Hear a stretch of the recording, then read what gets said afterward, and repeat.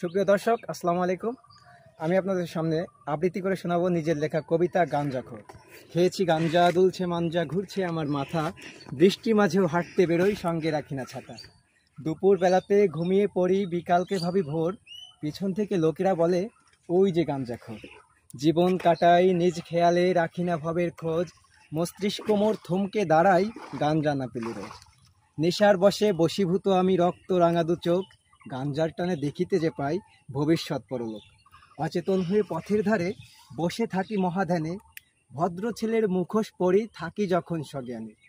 পাড়ার ছেলেরা উৎসাহ দিয়ে বলে তুমি তো বিশ্বসেরা, যে কোনো মেয়েই প্রেমে পড়ে যাবে দেখিলে এই চেহারা। আমি তো তখন প্রমোদে ভাসি, শুনিয়া তাদের কথা, যাকেই দেখি সে পাশ কেটে যায়, আমি যেন বিষলতা। বিবেকের কাছে প্রশ্ন করি কি আছে আমার মাঝে, সকলেই মোর দূরে সরে যায়, বাধা পাই সকল কাজে। বিবেক আমায় ডেকে বলে ওহে তুমি যে গাঞ্জাখোর, তোমার থেকেও সম্মানে আছে পাড়ার সিসকে চোর। সবাইকে ধন্যবাদ।